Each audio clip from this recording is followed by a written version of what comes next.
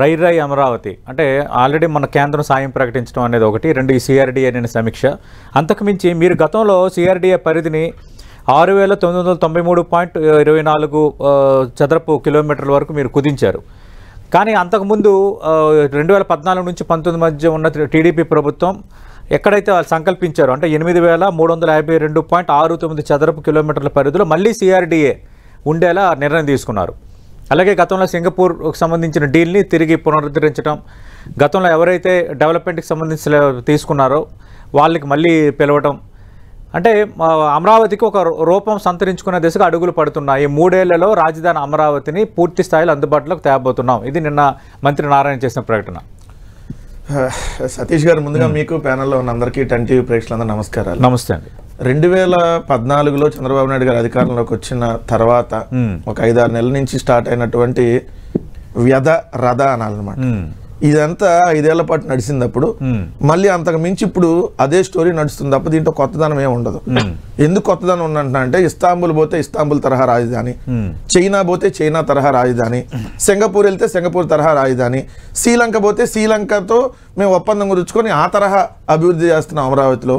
ఈ సొదంతా అదే మంత్రిగా ఉన్నటువంటి నారాయణ గారు ఇదే డిబేట్లు ఇదే చర్చలో 2014 నుంచి 19 దాకా నడిచింది.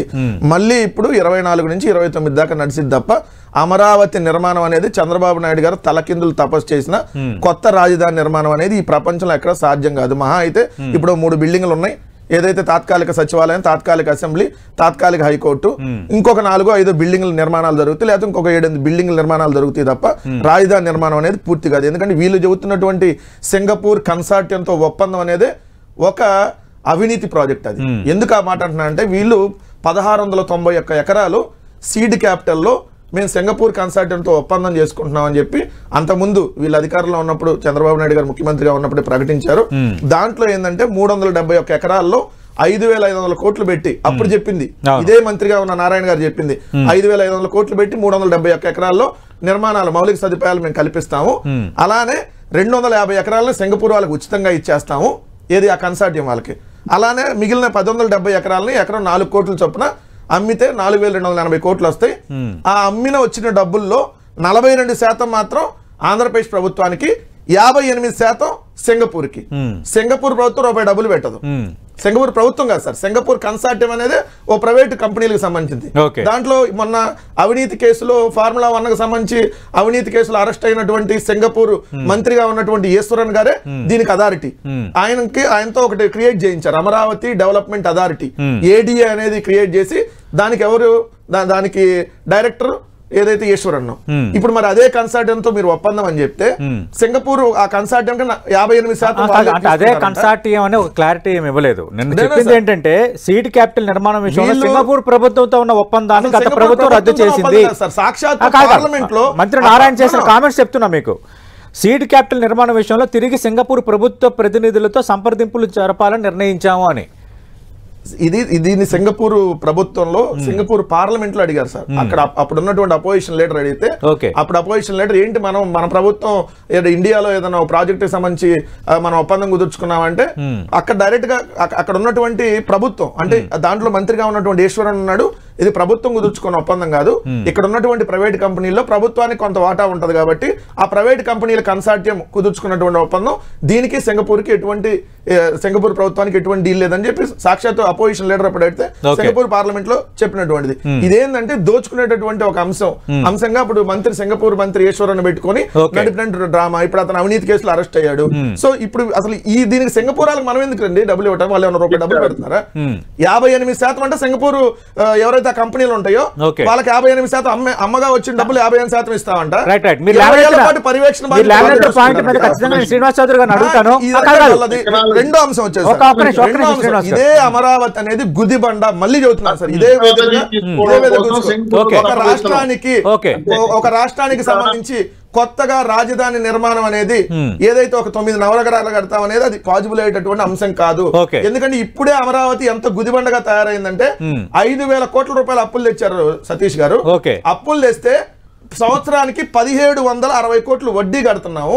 అంటే నేను అందరి పన్నులతో కలిసి ఆంధ్రప్రదేశ్ రాష్ట్ర ప్రజల పన్నుతో అంటే దాదాపుగా తీసుకొచ్చింది 2015 నుంచి తీసుకొని వచ్చారు. దీనికి ఇప్పుడు వడ్డీ 10 ఏళ్ల పాటు కట్టాలి. అసలు వడ్డీ అంటే 10 ఏళ్ల పాటు కట్టాలని సంవత్సరానికి 1760 కోట్లు.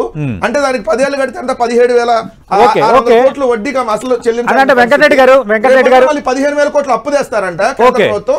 దాన్ని 30 ఏళ్ల పాటు తిరిగి చెల్లిస్తా ఉంటారంట. ఇప్పుడు కౌలు 10 ఏళ్ళు అయింది, 15 ఏళ్ళు.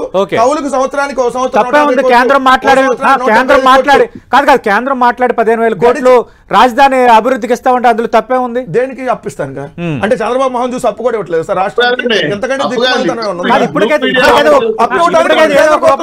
అప్పిస్తారా?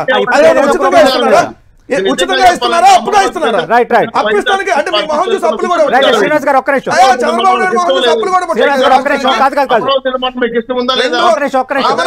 కట్టండి. మీకు దమ్ముంటే అమరావతి రాజధాని కట్టి చూపించండి. సంబంధం వద్దన్నారు. అమరావతి సంబంధం ఈ గొప్ప డబ్బా కొట్టుడు కొట్టి రాష్ట్రాన్ని సర్వనాశనం చేశారు. పెద్ద నగరం వైజాగ్ డెవలప్ చేసుకుని అదే రాజధానిగా చేసుకున్నారు.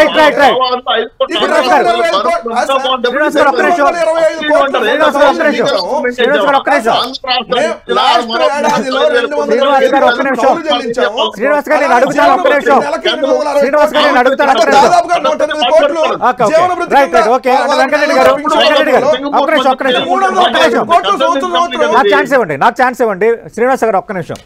ఇప్పుడు 15,000 కోట్లు మీ ప్రపంచ బ్యాంకు నుంచి ఇప్పిస్తున్నాము అని నిర్మలా సీతారామన్ చెప్పారు. ఒకటి.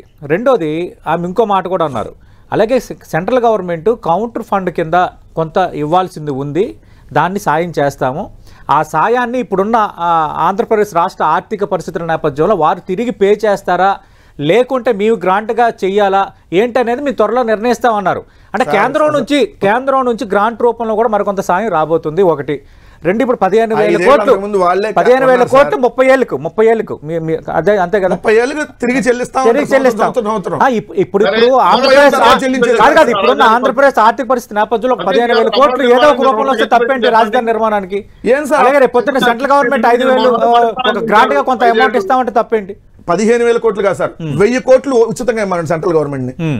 మీరు ముగ్గురు ఉన్నారు కదా మంత్రులు, 1000 కోట్లు మేము ఉచితంగా అమరావతి ఇవ్వమని చెప్పిందా కేంద్రం? 15,000 కోట్లు అప్పైందండి కేంద్ర ప్రభుత్వం. నేను అదే అంటున్నాను.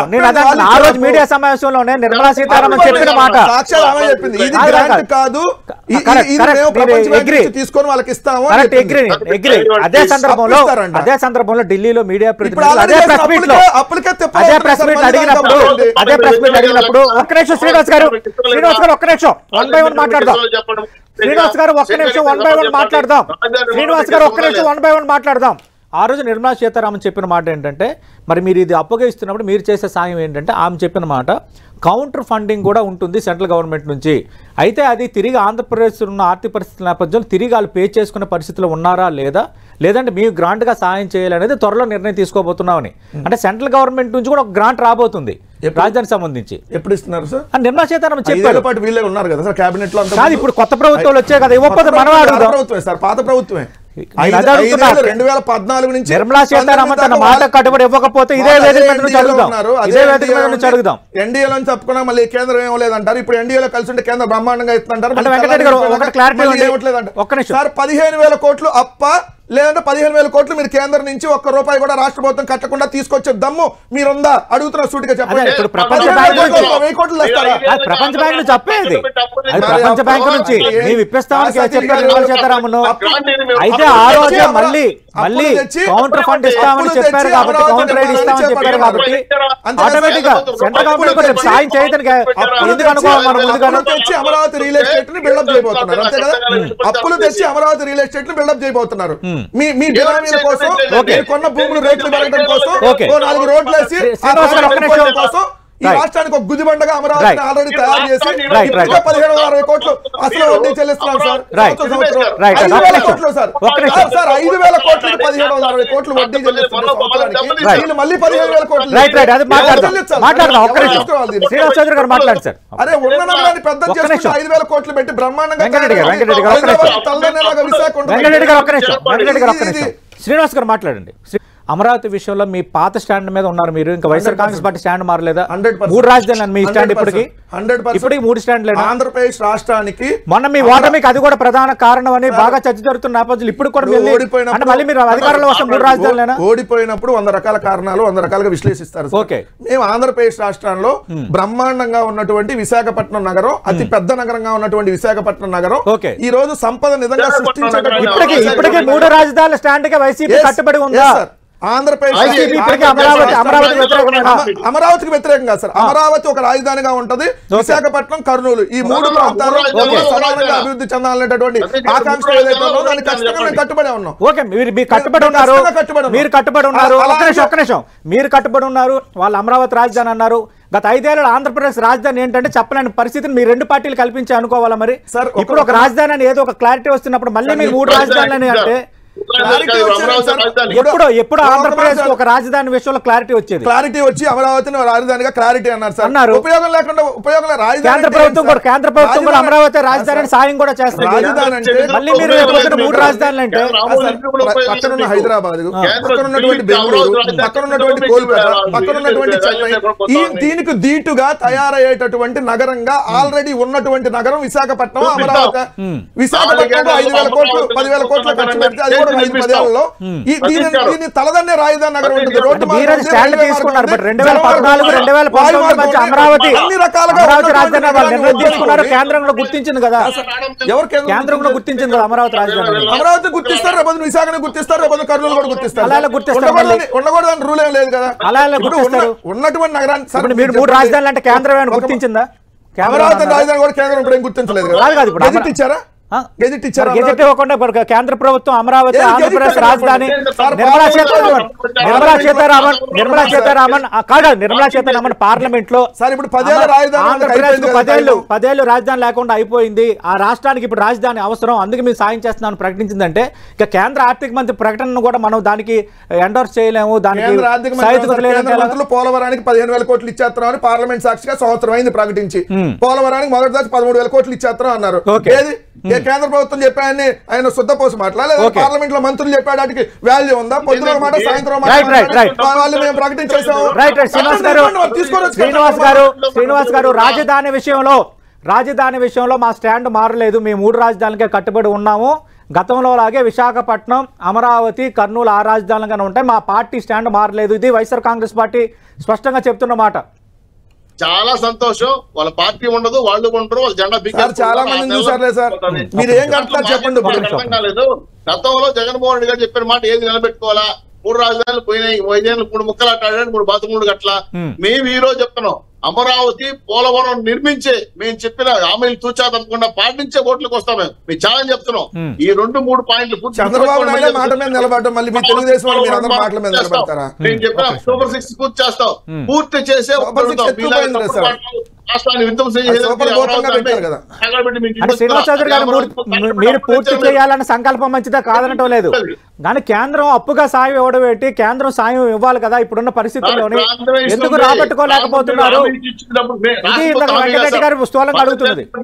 కేంద్ర ప్రభుత్వ హామీతో, రాష్ట్ర ప్రభుత్వ హామీతో కాదు, వాళ్ళు గ్రాంట్ ఇవ్వబోతున్నారు, ఇంకా చాలా నిధులు ఇవ్వబోతున్నారు. ఇది ఎన్డీఏ సర్కార్, డబుల్ ఇంజిన్ సర్కార్, అభివృద్ధి, వికసిత భారత్ కట్టుకుంటున్నారు.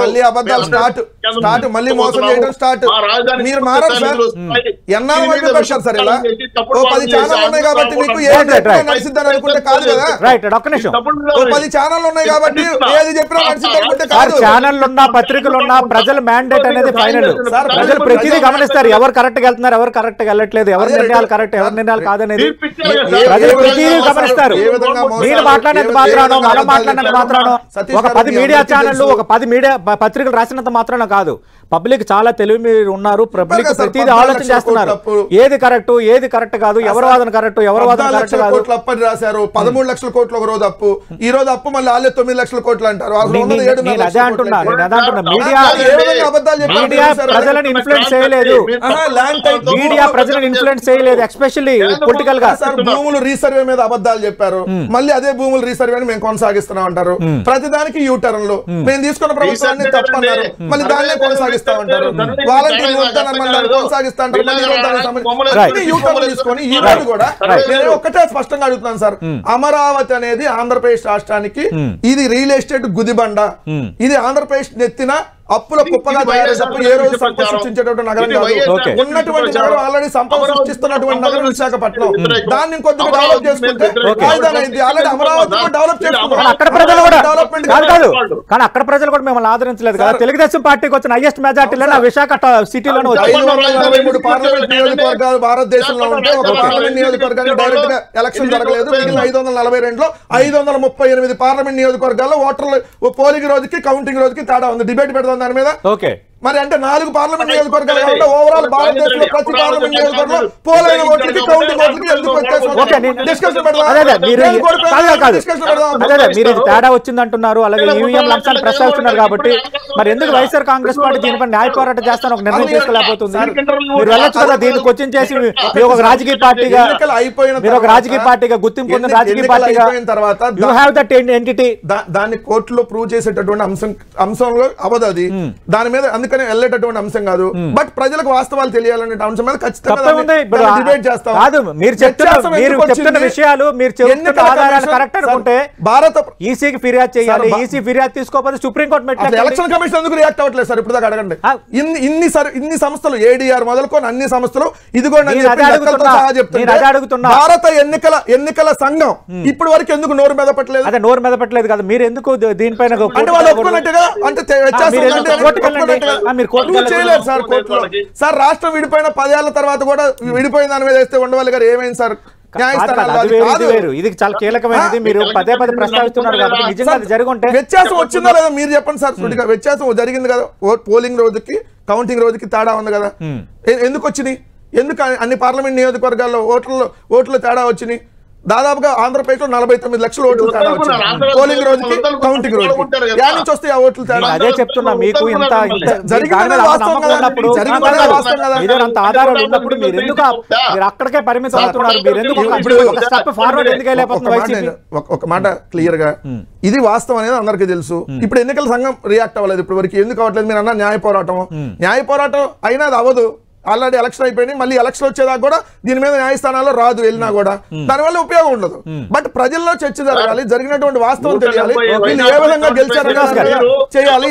ప్రజల ఓట్లతో గెలిచామనుకుంటున్నారు, ప్రజల ఓట్లతో గెలిచారా, ఈవీఎం ట్యాంపరింగ్ ద్వారా గెలిచారా అనేది ప్రజలందరికీ తెలియదు. వెంకటరెడ్డి గారు ఒక్క నిమిషం.